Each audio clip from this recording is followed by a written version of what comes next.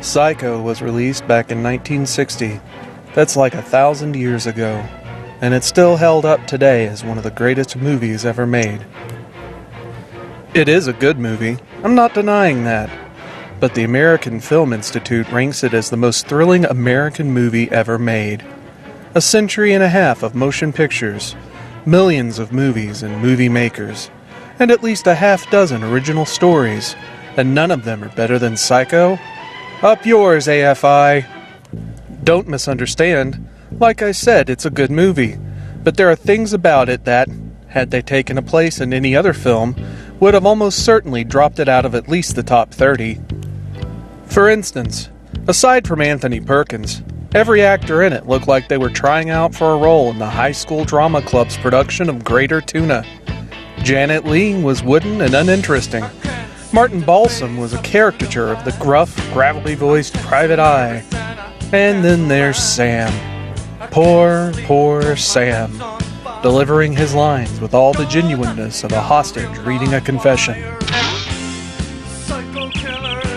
There's also that needless epilogue at the end of the movie, where all the intricacies of the plot are rendered moot by yet another actor's bland line reading. And then there's the giant-faced cop in the window. And finally, Foghorn Leghorn talking about all his cash. Seriously, all these parts come at you with all the subtlety of a truncheon.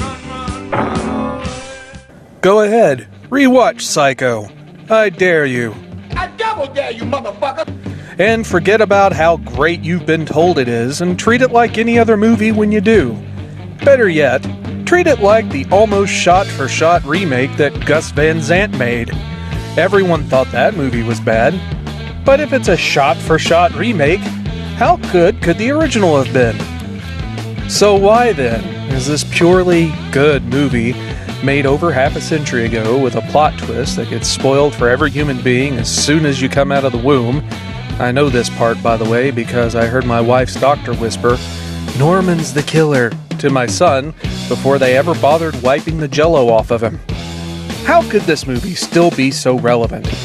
So much so, in fact, that some television executive over at the A&E network, you know, the one that tries to play off bidding on storage lockers as being both artistic and entertaining, decided to reboot the story in a brand new show. I guess the answer is what makes Psycho into a good movie at all.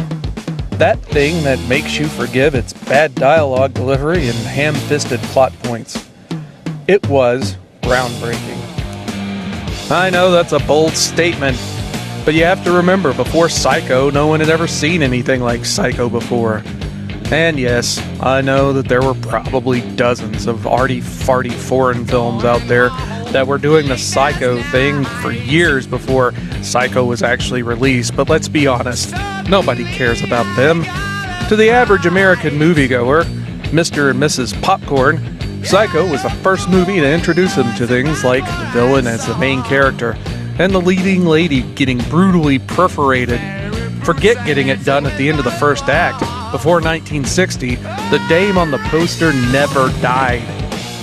Psycho is iconic, and I believe that Alfred Hitchcock made it specifically to be iconic. He wanted the idea of the movie to outlive the actual experience of seeing it. Think about it. When Psycho was released on June 16, 1960, Hitchcock had to have known that all of the twisty parts of it would have been ruined for everyone by June 17, 1960. So he gave us images. The house, the shower scene, the motel, the sign, Norman and his peephole, Detective Arbogast's murder, and Marion's comically huge bra.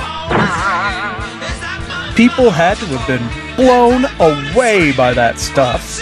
This was totally new to them. Who cares what was in the movie? Do you remember a part of the movie? That's why, in 2013, over 50 years later, we have a new show, Bates Motel, and not some gritty modern-day reboot of Please Don't Eat the Daisies. That's right, the show is set in the present day, and on top of that, it's a prequel. Oh joy! What I don't get is why this show is even being made. What purpose does it serve? Is it really important to learn how Norman Bates became a cross-dressing, perverted necrophiliac serial killer? How would knowing this improve my enjoyment of the original movie? Actually, now that I think about it, I think I know the answer to this one. It wouldn't. I learned that painful lesson from the Star Wars prequels. Learning how Anakin Skywalker became Darth Vader did nothing to help me appreciate the character or the original movies anymore. In fact, the whole experience detracted from it. Even if the movies had been done well, the mystery of this character would have been taken out of it for me. The tragedy would have still been lessened, and Vader's menace would still have been irrevocably downgraded.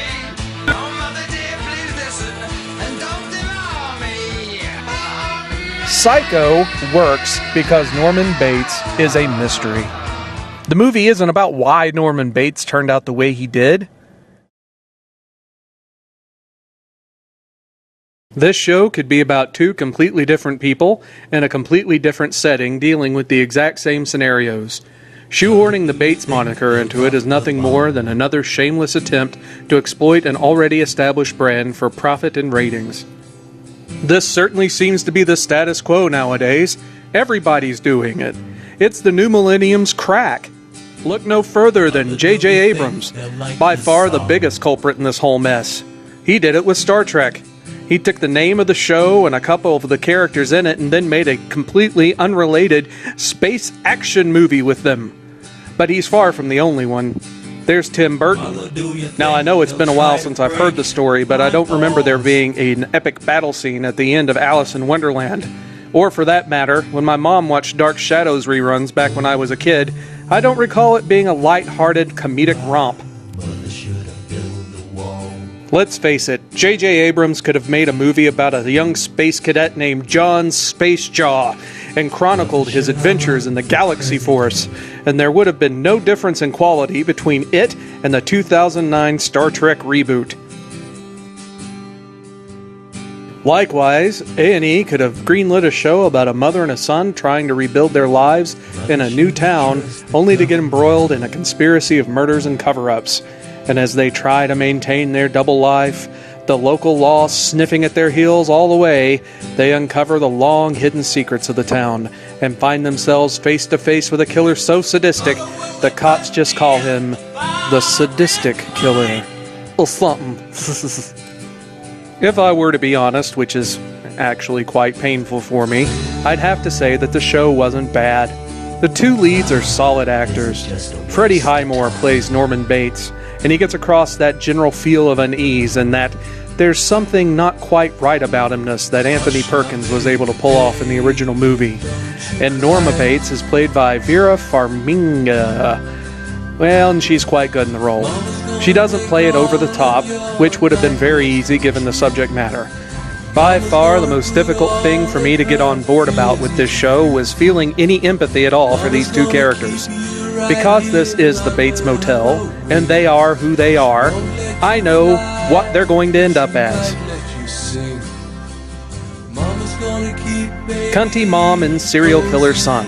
But if instead of trying to cash in on the Psycho name and the motel set, the show was about Edna and her son Ted, I could have actually been able to relate to them.